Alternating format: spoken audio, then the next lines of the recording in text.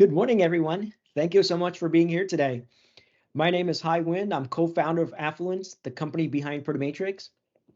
Welcome to today's webinar on the Intermediate User's Guide to Protomatrix. I do want to let you know that this webinar is recorded, and so I'll be sharing the recording with everyone afterwards.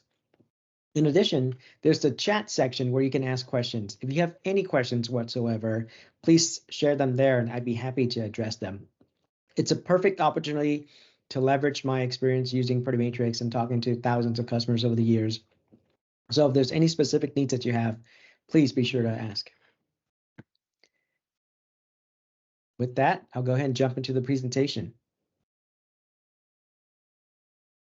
My goals for today, one, to help you take Protomatrix to the next level. Of course, the assumption here is that you are familiar with Protomatrix already. If you're not, be sure to check out one of our other webinars that's on the introduction to Protomatrix. So this means that you probably have already used vast majority of the features in Protomatrix and you're looking for ways to scale it as you go from 5 projects to 50 projects. A couple of things that I want to also share is how to use the home view, how to use some of the more advanced features in Protomatrix, and then also share my tips and tricks on using Protomatrix every day. I have several hundred Protomatrix projects. I have tens of thousands of tasks. And at the same time, I don't feel overwhelmed with Protomatrix. So I do want to let you know that Protomatrix does scale well and will scale with you, regardless of the number of projects and tasks that you have.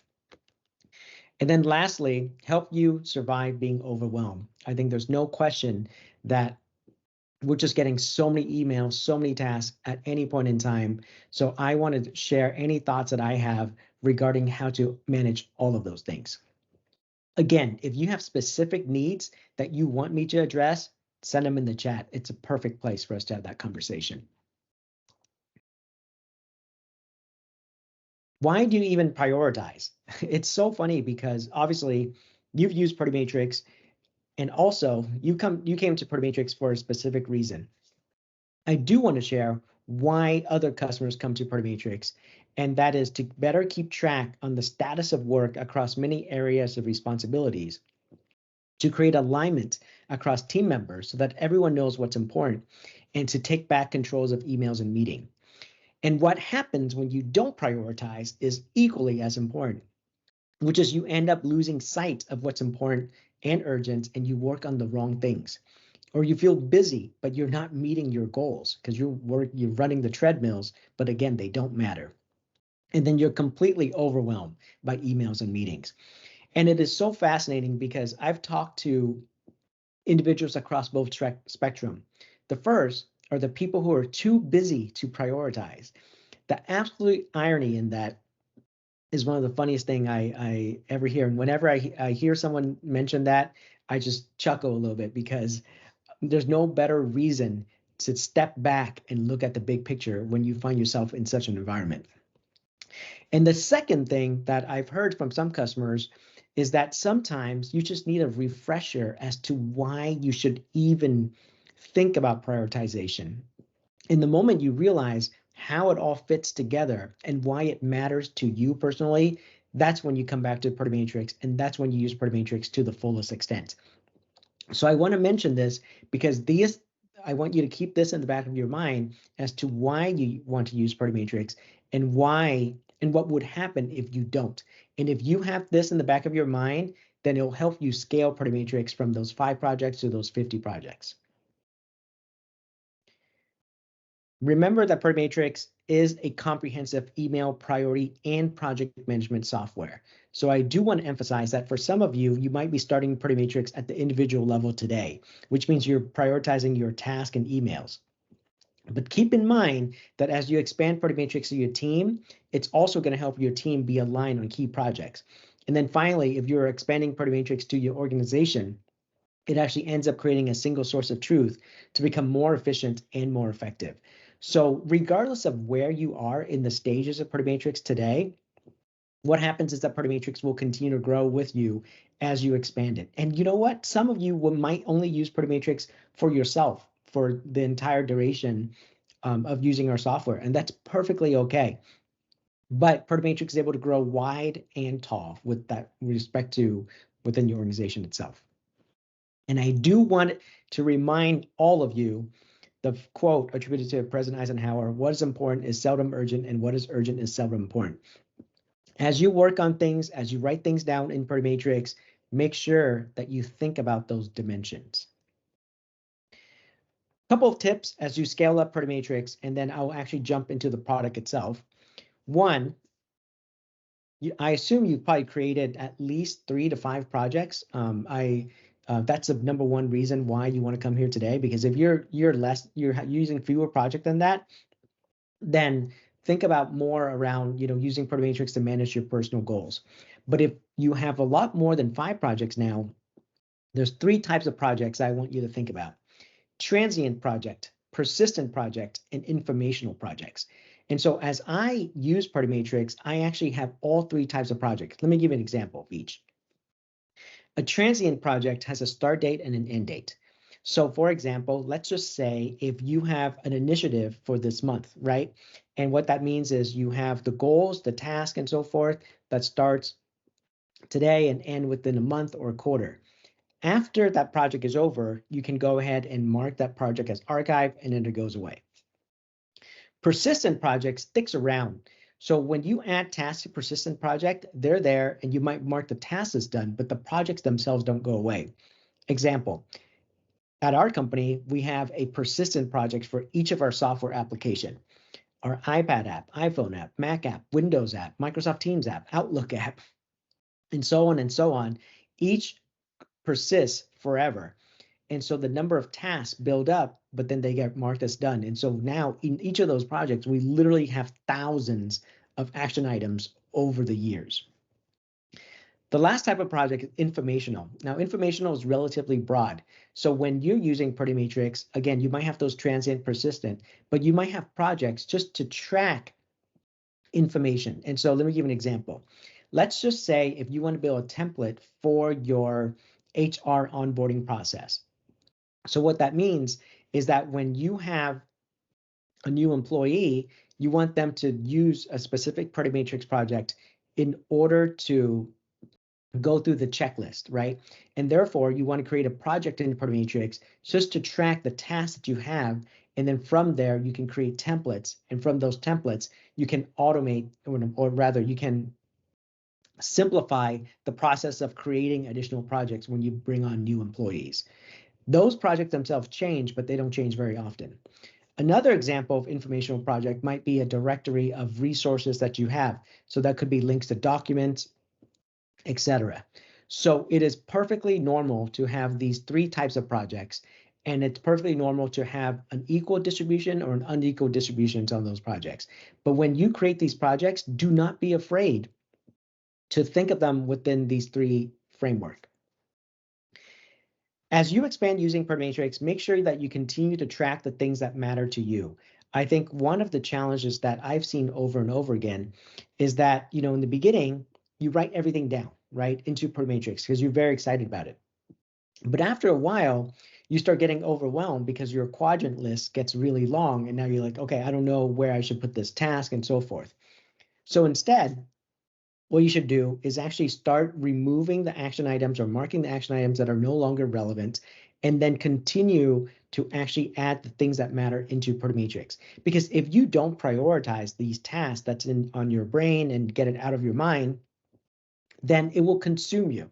And so on a daily basis, there's just so many things that's going on. And so by writing it down, it actually helps our brain declutter as well.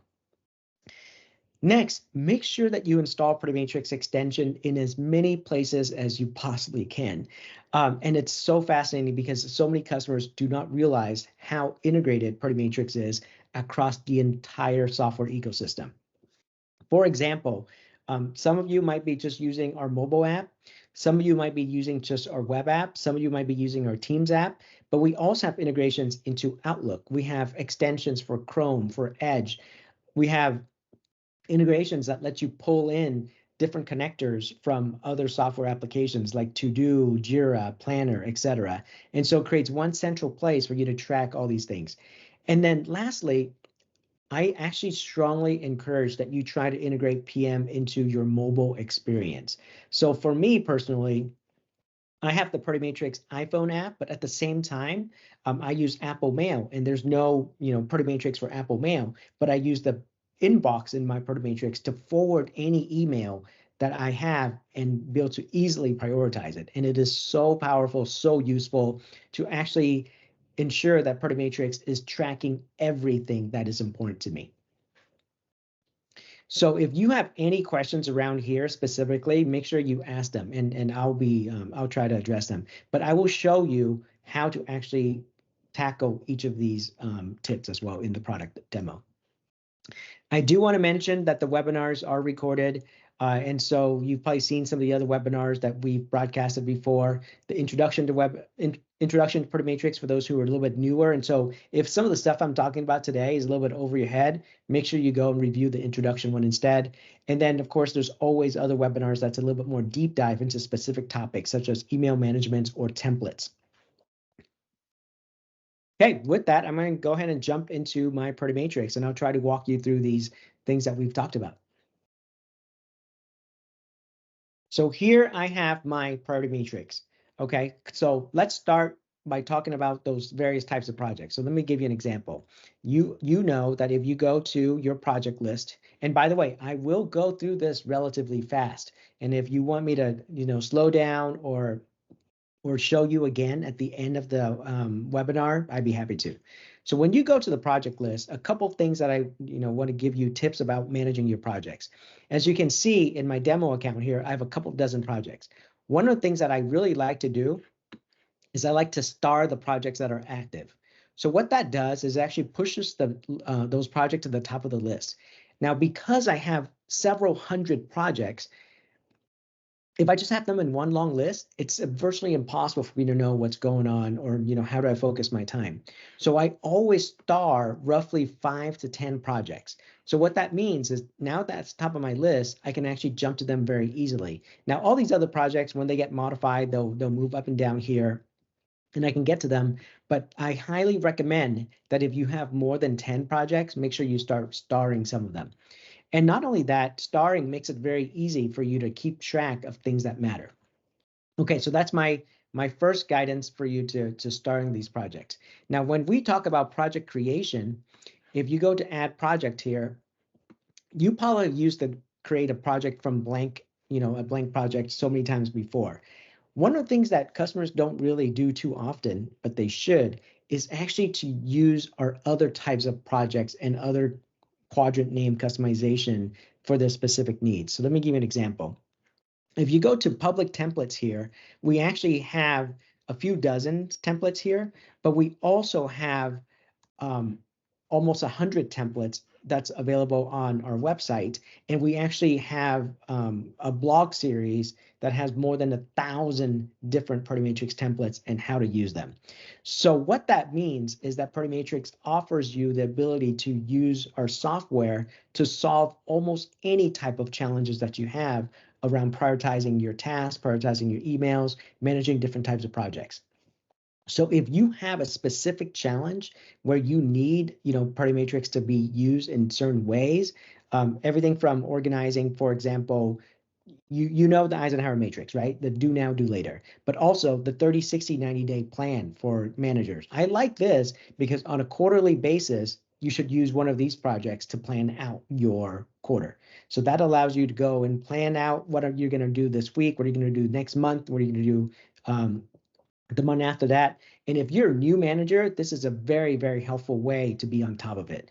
And then at the same time, as you can see through this list of public templates, that we actually have so many other ways to use Party Matrix. So brainstorming is very useful. And so this is one of those, quote, informational types of project because they actually don't go away, right? So for example, if you're in marketing, you might have a project for brainstorming all the things you can do at your organization. But essentially, you want to organize that information in the 2x2 matrix, and it's not organized by do now or do later. Instead, it might be organized by effort or impact.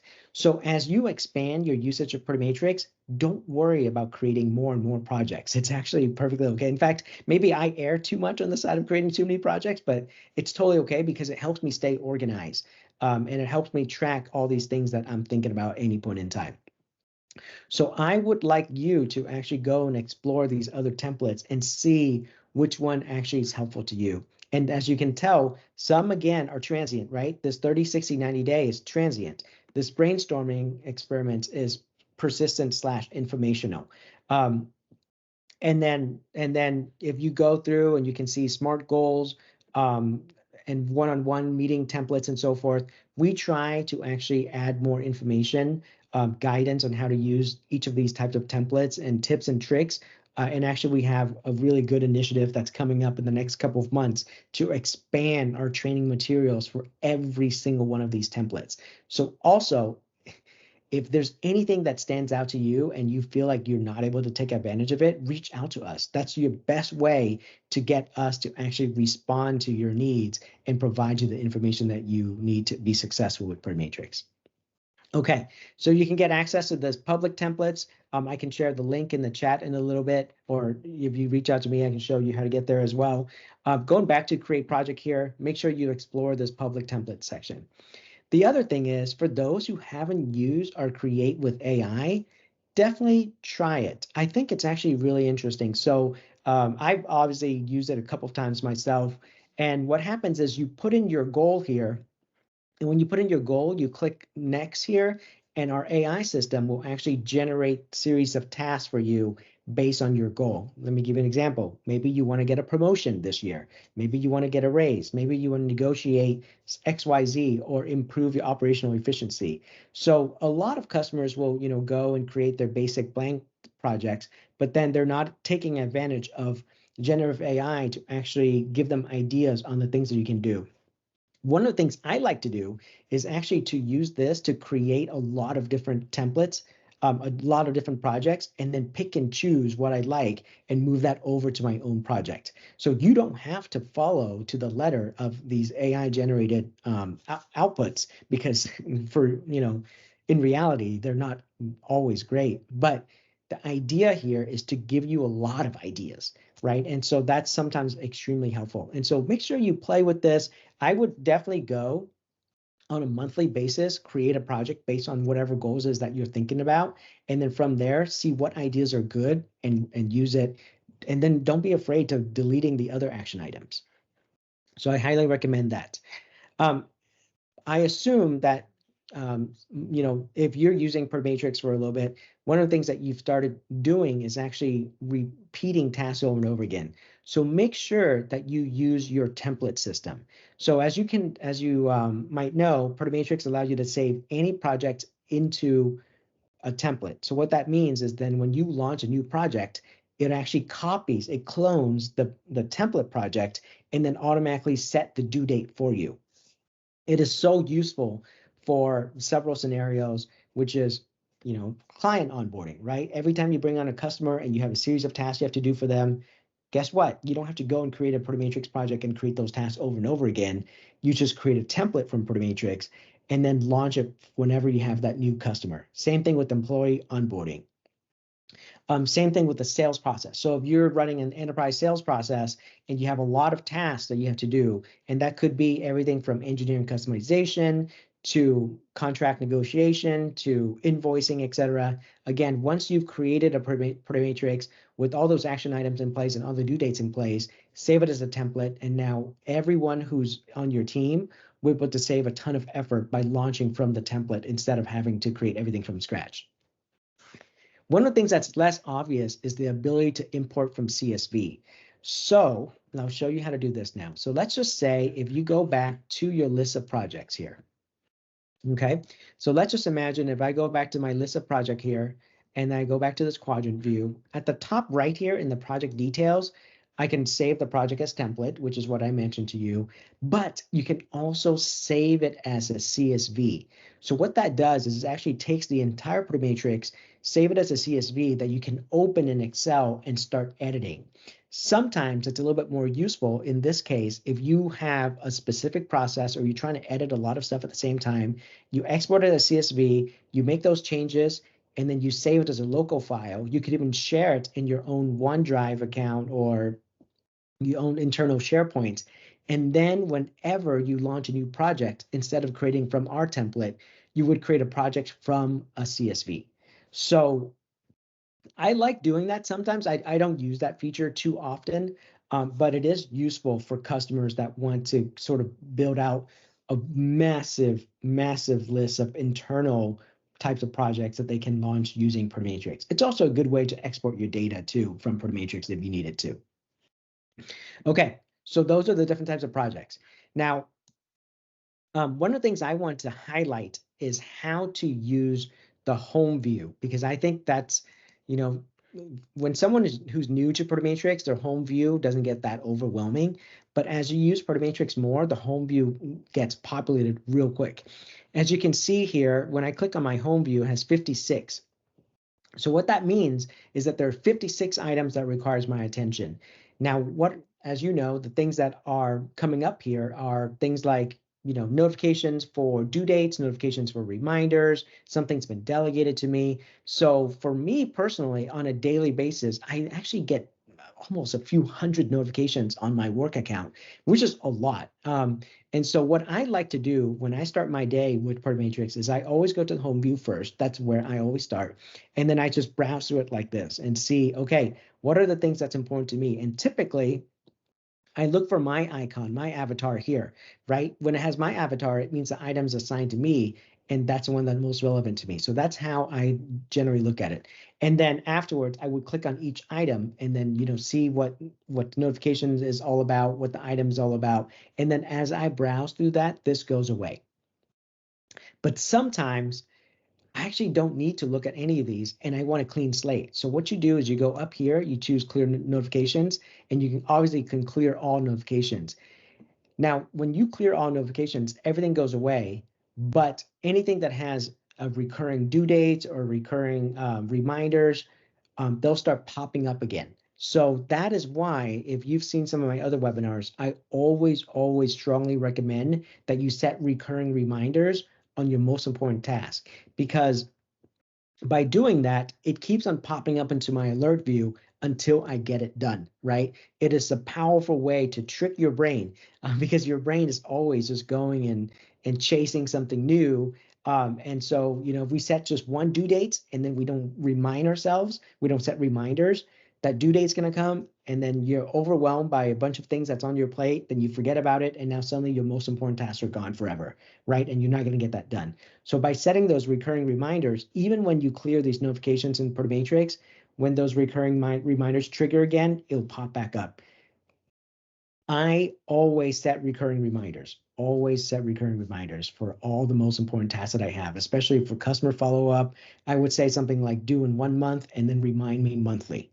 And it is tremendously helpful to stay on top of everything using that method. So when you go to here, clear notifications, sometimes it's actually easy to actually clear the finished items. And that's one that typically, most of the times you don't need to see that. If you delegate a task to somebody and they mark it as done, that would show up here, for example, the finished notifications. If you go on leave, let's just say, you're on vacation or whatever, and you come back, obviously your home view is going to be a lot, right? In fact, they'll show the infinity sign, which means you have more than 999 notifications. So in that particular case, a lot of notifications will no longer be useful to you. But what you can do then is you can actually clear anything that's older than a week. So then again, you can actually have a smaller number of notifications that you look up at any point in time. So make sure you use this feature, especially if you feel your home view is getting overwhelming.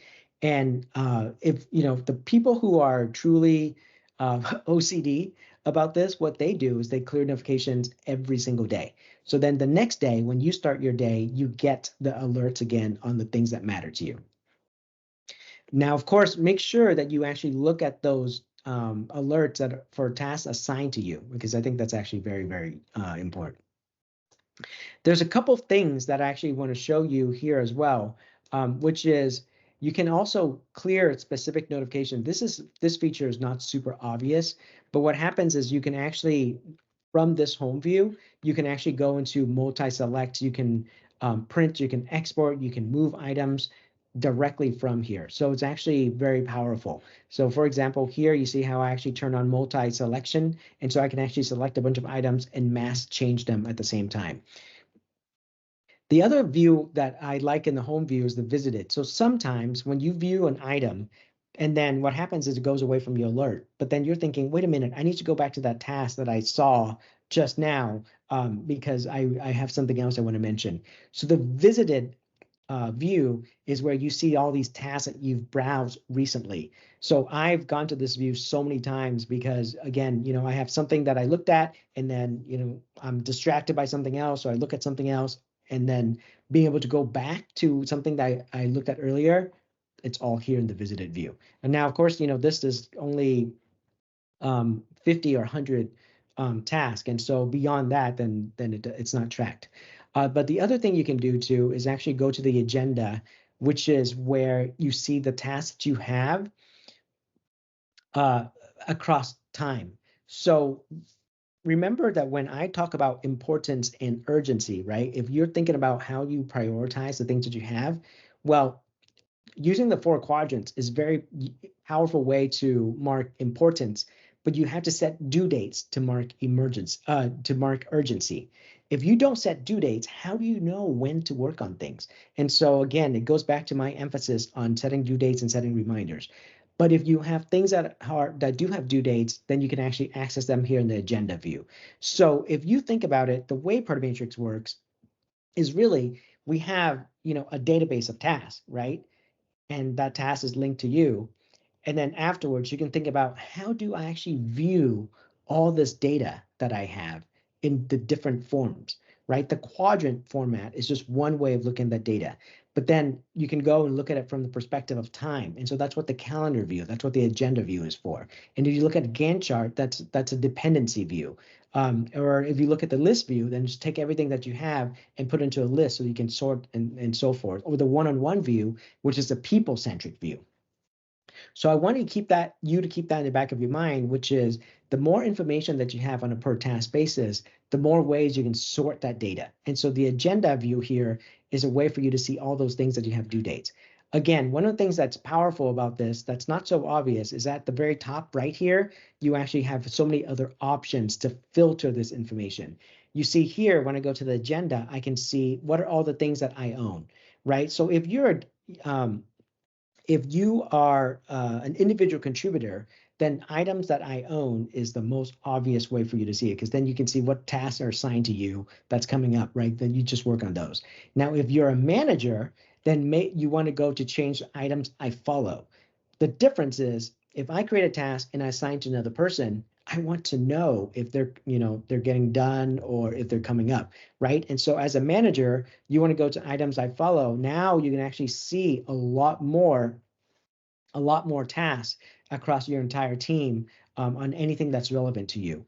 And then, of course, you can see all items that you have access to, which obviously would be extremely overwhelming, especially if you have larger and larger teams. So I generally don't recommend all items, but the whole point of following and ownership is a way to sort the information that you have. Again, from this view, you can switch on multi-selection. And so, for example, you can start selecting specific items here. And so, for example, let's just say if I select specific item here, then I can change it back to this drop down. I can mark this item as red. I can move. I can change owner. And this way is a really, really useful way to bulk edit. And sometimes you might want to go and mark everything as done, or sometimes you want to change all the due dates at one time. And so instead of having to click through every single task and making those changes, our bulk edit here is very, very useful. One thing you'll notice probably is that we have this add item almost everywhere. And that was actually something that I feel is extremely important because you never know where you are and you need to create a task real quick. You don't want to go to, to a specific project and then create a task or select a quadrant, then create a task. Instead, you can just click add items anywhere. And so that segues into the other integrations that Protomatrix has that I recommend that you all install if you're only using Protomatrix on one platform today. Again, the more platform you use Protomatrix on, the more powerful it becomes. So let me give you an example. Here I'm in the web app, which is, I assume most of you. If you go to affluence.com/downloads, you can download our Mac app as well as our Windows app. So what that happens then is actually when you install the Windows and Mac app, it actually ends up looking very similar to the web app, but it's there on your desktop.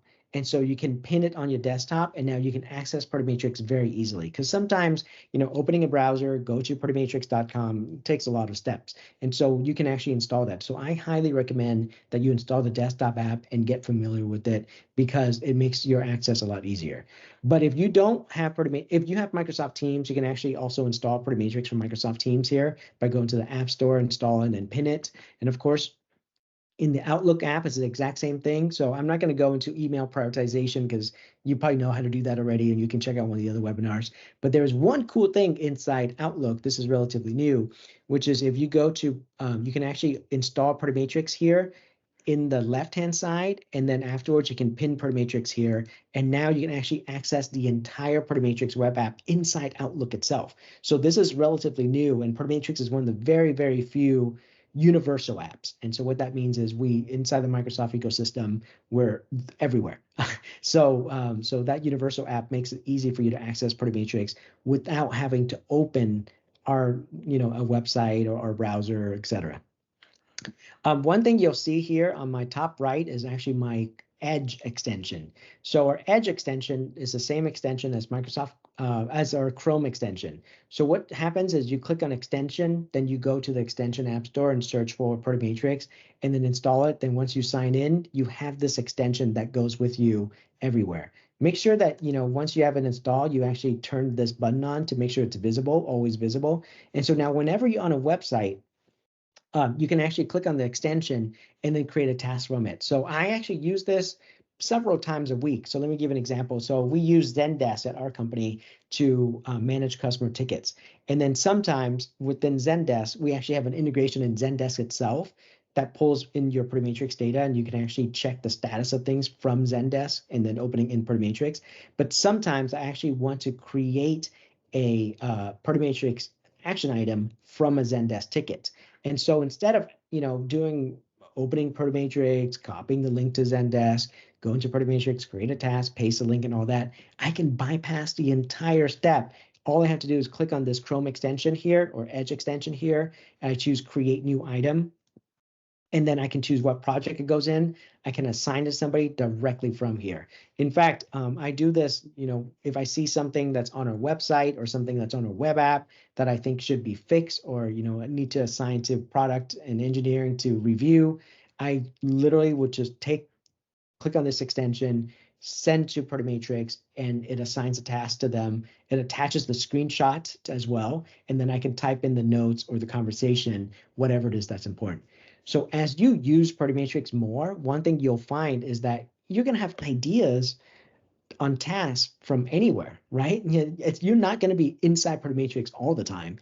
So you could be browsing the web, you could be on your phone, you could be in a meeting. And so Protomatrix is designed to be everywhere, allowing you to convert those ideas into tasks as conveniently as possible. So make sure that you install our extensions. I also like this when you have, OneDrive, or if you have SharePoint, and again, you want to take a file and you need to assign to somebody so that they go and read it. You click on this extension, it sends a task to them. And so it allows you to actually very, very easily and seamlessly track those. Okay. The other thing I want to show you is actually Power Automate. And so not many organizations leverage this today, but if you have a Power Automate license with Microsoft, these are actually some pretty cool things that you can do. So what happens is you can set up rules. So then, if something happens in Protomatrix, then it triggers it in Teams, or vice versa. Something happens in Teams and it triggers in Protomatrix. So actually, one thing that we're really excited about is our Protomatrix integrations with Microsoft Copilot. So if you don't know what Copilot is, it's the AI add-on that Microsoft is launching, where it allows you to actually interact with your data. And so Protomatrix is one of the very few applications that actually surfaces that. So this is designed for enterprise organizations only. So if you are at a large organization and you're using Copilot and you want to leverage Protomatrix, definitely reach out to us. We can show you how it works. It's pretty amazing. But these are additional integrations we have within the Microsoft ecosystem. The other thing I want to show you is actually the connector. So I'm not going to show you how to integrate it, but if you go to our connectors page and you scroll down, you actually see various applications that we integrate with for you to pull in tasks. Again, the idea of using this is not that, I don't recommend using multiple task management software. I think that's just a bad practice in general, because now you have stuff everywhere and you don't have one central place, right? The whole point of Protomatrix is to have one central place to prioritize. At the same time, you might have stuff already on some of these other platforms. So if you connect this, what it'll do is it'll pull these tasks into Protomatrix, and then you can prioritize it. And then hopefully one day you won't need to use these other applications anymore. But these are the ones that are in place that you can play with at this moment. Okay, so what I've talked to you about so far is 1, using the various types of projects to track your tasks. 2, how to get information into Protomatrix and all the platforms that we integrate with. And we have so many other platforms as well that that we integrate with that allows you to pull, again, data into Protomatrix. There's one thing that I want to show you that's sort of for those who, for example, who don't use Outlook. What happens is you can actually use your Protomatrix inbox. So let me show you a trick to use your Protomatrix inbox. So if you go to inbox, right, you can actually get your secret inbox address. So for example, this right here. So I can copy this link. Now what happens is if you use Outlook, what you want to do is you want to make sure that you save this. I'm sorry, if you use any other email system, not Outlook rather, you want to save that email address as your Protomatrix inbox. So for example, on my Apple Mail, this is what I would do. I'd save that address as my inbox, and then whenever I get an email and I'm on the road, and I look at my phone and I see that email on Apple phone, I forward that email into my Protomatrix inbox address. So let me give an example. Okay, so let's just imagine this is a forwarded email, okay? But here's one thing that you can do with Protomatrix that's really neat, which is you can directly type into the email, due tomorrow, remind me weekly, okay? And then the rest of the body of the email is right here because you're forwarding this email into Protomatrix. But also, you can say, assign to abc@yourco.com. Okay, so what happens is you can actually assign this email to a coworker directly from the forwarded email. Now, usually we in Protomatrix, you can just say assign to like Pablo, and it will assign to Pablo. But when you forward emails to Protomatrix, you do have to explicitly assign it to that email. But then what happens is now when you open Protomatrix, the inbox, it actually assigns a task to the other person, and then it allows you to, track the status of that task. And so you can click on send. I use this all the time. I get emails, on my phone all the time, and there's no easy way to get into Protomatrix aside from forwarding these emails as needed. And I love using those commands, the due dates and the reminders, because I have emails that I can't respond to today. I can't respond to within the next week, but I want to make sure that I respond to it at some point over the next couple of weeks, and those recurring reminders really come back to be helpful. Okay. Now let me show you a couple of other features that typically is not powerful until you have a lot of projects in Protomatrix. And one of those is actually the reports view. So if you go to reports, there's 2 types of reports. There's general reports and there's workload reports. So if you go to general reports, what happens is actually our system generate these reports for you on a daily basis as well as a weekly basis. So if you go to your Protomatrix today, you can open here and you can click on these and actually see the reports that we generate for you. The other thing is we actually have the ability for you to schedule these various reports as well. So again, you can change it to the time that is most convenient for you, and you can actually have the option to email these reports to you on a quarterly basis, weekly basis, etc. And then the change log is where you can actually see all the history of all the changes that's happening across your Protomatrix. One of the things that we try to do is create a lot of transparency for your own organization, right? Again, if you use Protomatrix on your own, sure, you have complete overview of everything. You know what it is that you did. But if you use Protomatrix with your team or within your organization, there's a lot more changes that you won't have visibility into. But we make it possible for you to access all of that through like the change log. The other type of report is the workload management. If you go to workload management, what it does is it actually shows all the people within your team, and then it actually shows the number of tasks they have due on any specific date, essentially moving forward. And then what happens is you can actually choose the type of view that you want to see, which is number of items or effort or schedule hours. Now, the difference between number of items and effort is pretty straightforward. What happens, not all tasks are created the same, right? And so when you set effort, let's say something takes half a day or 2 weeks or whatever, then Protomatrix would take that and distribute it over your start date to due date, end date. Whereas if you don't and use number of items, then we assume that every item is 1 hour. Now we know that's not the same, but again, that's where you can go and make those changes within the Protomatrix task, and then you'll get a more accurate report. This is useful for workload management, especially if you're a manager and now you have 5 or 10 direct reports that's working on various things, and you're just trying to see who's overwhelmed, who has too many things on their plate. Or if you're working on clients project and you have various designers and engineering resources, this is all about resource management and allocation to ensure that everything is a little bit more balanced and equal.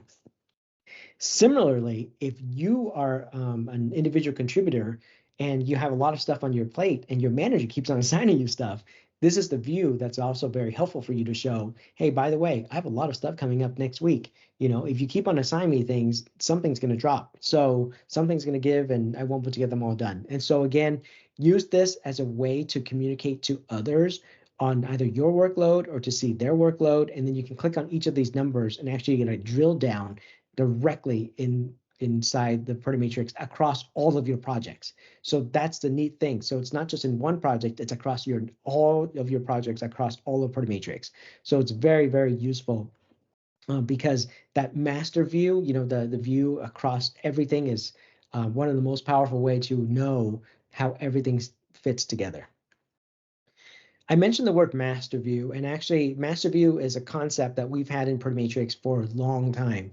And only recently within the desktop app, we move away from the master view and instead we replace it with the search view. So if you've used the master view before and you missed that feature, just know that the search view is actually a lot more powerful. And so again, for those who are actually more advanced in Protomatrix and you use Protomatrix for a long time already, or you have a lot of projects and tasks and so forth, sometimes the biggest struggle is understanding what it is you need to work on at any point in time, as in, like right now across all of your projects. So the way the search view works is it actually shows you all the tasks across everything. And then one of the things I like to do is actually go up here and choose one of these frequent filters, right? And so, for example, you click on start, it shows you all the star tasks. And so I mentioned to you starting projects. Make sure you start your tasks as well. If you start your task, that's a way to see what are all the active tasks within your organization. So I recommend that if you have a team of people, tell everyone to start the task they're working on. And so when you go to the search view, you can actually jump to that really, really easily and see, hey, what star tasks do I have overdue? What star tasks have been modified recently, etc., directly from here. But the other thing you can do is actually use the filter here to build your own custom filters. So for example, when I click on this option, I actually can go and sort all sorts of stuff. For example, find items by modification dates, find item by state, is it finished, unfinished, items in which quadrants, assigned to which user. You can actually select multiple users directly from here. You can also choose items that you follow, and so forth. So you can see how you have a lot of options for you to filter your data. And then afterwards, we actually let you save this filter as a save template. So let's just say again, if you have a lot of different tasks and you're always looking for the same type of task, for example, tasks assigned to yourself in quadrant 1 across all projects, that's what you would do. You would go and build that filter, and then you would save that as a custom filter here. Then whenever you're in the search view, you open the filter section, click on that, and then voila, all of Protomatrix tasks will be there and then filtered to your specific needs. Okay, so that's one tip that I want to give you, because as you use Protomatrix more, you're going to find that if you have, again, 20 tasks, it's easy to find, right? What does he have to do? But if you have 2,000 tasks, this kind of filtering is much more useful. All right. And if you are looking on the left-hand side, you'll see that we have a couple of options. So you might have seen the one-on-one before. The one-on-one is actually a way to see all the tasks that you have, but again, filtered from the dimensions of people. So what that means is instead of actually just looking from a project standpoint, you select the person and it shows you all the tasks you have in common with that person. I actually find this pretty useful, especially if I assign someone something recently and then afterwards I'd struggle to remember where in what project I put it. So instead of looking at project and then task, I go to one-on-one view. So then I look at the people that I work with and what tasks I assign to them. So that's what you can do here in the one-on-one. Now, a couple of things. There's a calendar view, there's a Gantt chart view, and there's a feed view. So these are actually everything on the left-hand side are called global views. So what that means is they're actually across your entire Prometrics. So we actually are working on the global view for Gantt chart because right now you can actually access the Gantt chart from every project. So, of course, if you go to a project here, you see how you have these different views, for example, the list view, the calendar view, the Gantt chart view. This is on a per project basis, but we're actually working on making this available across all your projects too. So what that means is you can will soon be able to see your Gantt chart and your calendar across all of your projects in one central place. Okay, so let's recap. I know I went through a lot of different things today. And again, the goal here is to let you know what are the features that might be useful as you expand your usage of Prometrics. If you're overwhelmed by these capabilities, check out the introduction webinar instead, because I think that's a little bit more to the basics of the features that are most important to you. But this is helpful because if you are trying to scale up your usage of Prometrics, these are things that's not so obvious. And don't forget that, my point I've made actually many times in the past, which is Prometrics is a communication tool. And so being a communication tool, what it is it's communicating to you, communicating to your team members, what are the priorities of every single person at any point in time. So the way we do that is essentially having all these different views and layers upon the data that you have. And so these various, menu items here are all ways for you to see that information. Okay. With that, I'm going to jump back to the presentation real quick, and then I'll see if there's any questions that you may have. And if you do have any questions, now's the perfect time to type them into the chat. Okay, so what success with Prometrics should look like? One central place to track all your priorities, right? If you are finding that you're jumping between Prometrics and OneNote and all these other different tools, then reconsider what you need to adapt in Prometrics to make it one central place to track all these things that you have to do. Because if in a team environment and you have one project that has everything that you have, so everyone understands exactly what they need to work on, then having that, and then in your meetings, you project Prometrics on the big screen, you're going to find that you're going to be a lot more efficient and a lot more effective at identifying issues within your own team. This is how you get that alignment across the team task, right?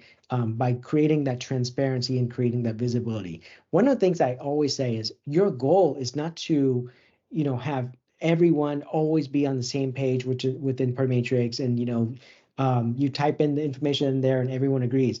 It's about discovering the disagreement as well. So it is so crucial that you guys talk about disagreements within your internal team whenever you find that, hey, so-and-so person thinks this is highest priority, but somebody else thinks this is lower priority. That's when you have those meaningful conversations. And so Prometrics facilitates that because we make it obvious on what tasks are important and urgent, what tasks are not important and urgent, and what tasks are important but not urgent, right? That's the whole goal of all of this, is to surface up those discrepancies. Again, if you have a lot of repetitive procedures, make sure you templatize them. So then, that actually will ensure that you actually don't waste time recreating stuff in Prometrics. We don't have time for that. And so explore all the other options around using our AI system to generate your projects to save you time as much as possible. Lastly, make sure you prioritize your emails. That's the number one reason why customer comes to Protomatrix. What happens is then afterwards, people do tend to forget that, hey, they should actually prioritize all these emails they have, and you go back to, starring your emails or flagging your emails.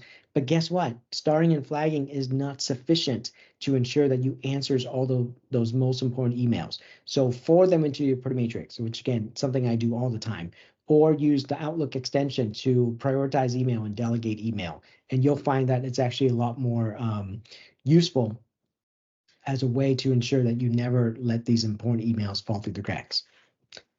Okay, with that, I conclude my presentation here. I'm going to check the chat to see if there's any questions. And if there's not, feel free to send me an email at any point in time. I'd be happy to answer questions that you may have. Okay, I have a question here, which is many meetings and how do you summarize the meetings? That's a good question. So Protomatrix actually has additional integrations into Microsoft Teams as well. So let me show you how that works here. So if you go to Protomatrix for Microsoft Teams, so now, of course, if you use other meeting software, we don't have integrations into some of the other meeting software, but in Microsoft Teams itself, we actually have the ability for you to add Protomatrix to your meetings. So let me show you how that works. So for example, here I have Microsoft Teams open, I have Calendar open, I'm going to go ahead and create a meeting. This is a test meeting.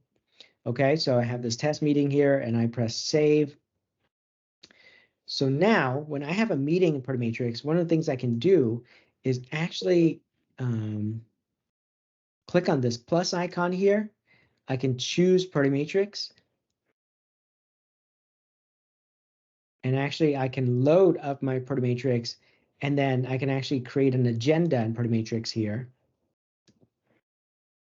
So now what happens is I can take my meeting notes inside Protomatrix. So as you can see, what happens is there's a couple of things that's actually really cool. First of all, Protomatrix goes on the right-hand side here, lets you add Protomatrix items to your agenda. So let me give you an example. Let's say you have a meeting with your direct report, right? And you have a bunch of tasks that you have assigned to that person previously. When you go to this view here, you can actually find those tasks and drop them into the agenda. The second thing is that you can actually create tasks directly from this view inside the meeting notes. So, for example, you can take the meeting notes and then afterwards you can actually create Protomatrix action items during the meeting itself. So this is one way to actually save you tasks. So what happens too is that, you probably can leverage Microsoft AI to summarize a lot of your meetings. So, a long time ago, we looked at technologies around summarizing and using voice transcript and all that. I don't know if you're aware, but Microsoft actually has really good capabilities for turning all your meetings, transcribing it, and then taking those transcription and you can create tasks from that. So I generally recommend that as something that you can do. But the agenda here by Protomatrix just makes it easy for you to create tasks directly from your meetings. I know I've seen so many cases where, people will have a meeting, they'll talk about a bunch of different things and so forth, and then, a couple of weeks later, you get back, you reconvene, and you talk about, hey, did you do that XYZ that we talked about? And the answer is like, no, I didn't write it down, right? And so the whole point here with Protomatrix is that you can actually create these tasks during the meeting so you don't have such a problem.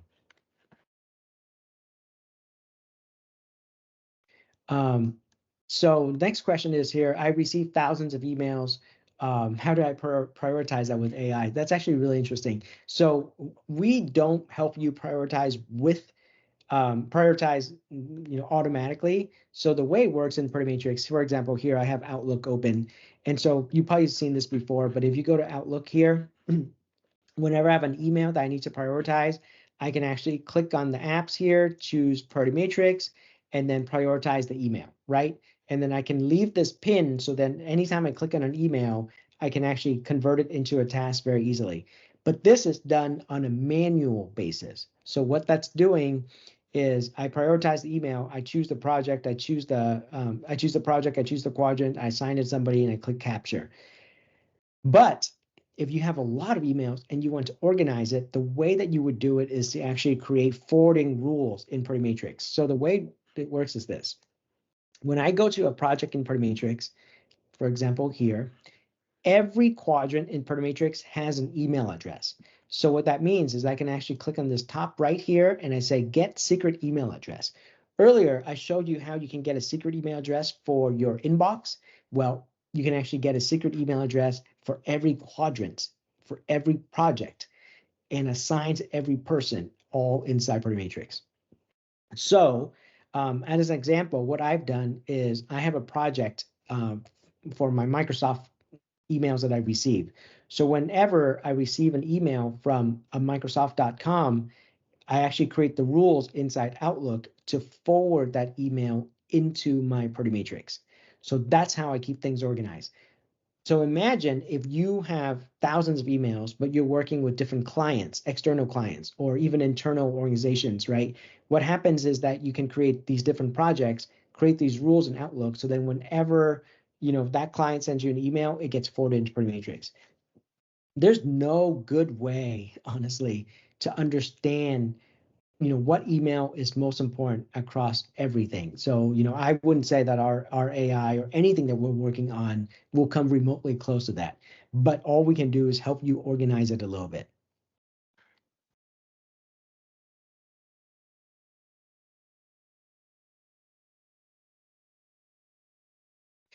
The other question is the AI features is giving you errors trying to generate the task.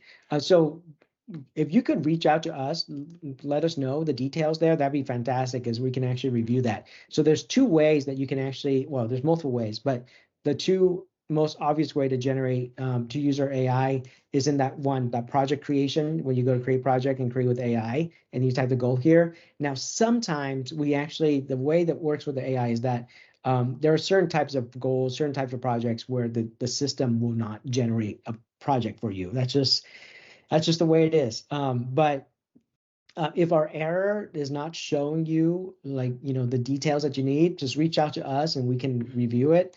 The other way that you can use the AI goals generation is, for example, if you go to the notes section here, you can do what's called fill with AI. And so what happens is you can create a task, right? Whatever task is that you have. So for example, reach out to XYZ and you click fill with AI. What happens is our system will go and generate subtasks that we think might be useful to fulfill this particular task that you have. Honestly, it's a very, very small stepping stone towards the right direction, but it's just a way for you to, create subtasks a little bit more seamlessly. So if you have any specific errors around this, please reach out to us because that's the best way, because then we can either you can send us a screenshot or at least we have the information that you have so we can review it in their system to see if there's any error logs. Thanks for those questions. I appreciate it. Okay. If there's any other questions, feel free to reach out to me at hi@affluence.com. More than happy to address, the challenges that you have. Again, the whole goal here with this webinar is to show you how to get to the next level. If you're struggling with the most basic stuff, make sure you check out our more introductory webinar. If you're looking at the template stuff, check out our templates webinar. If you're really looking at ways to automate your email forwarding, check out the email masterclass webinar. Thank you so much for your time. I appreciate it. Again, I'll be sharing this recording with everyone afterwards. Cheers.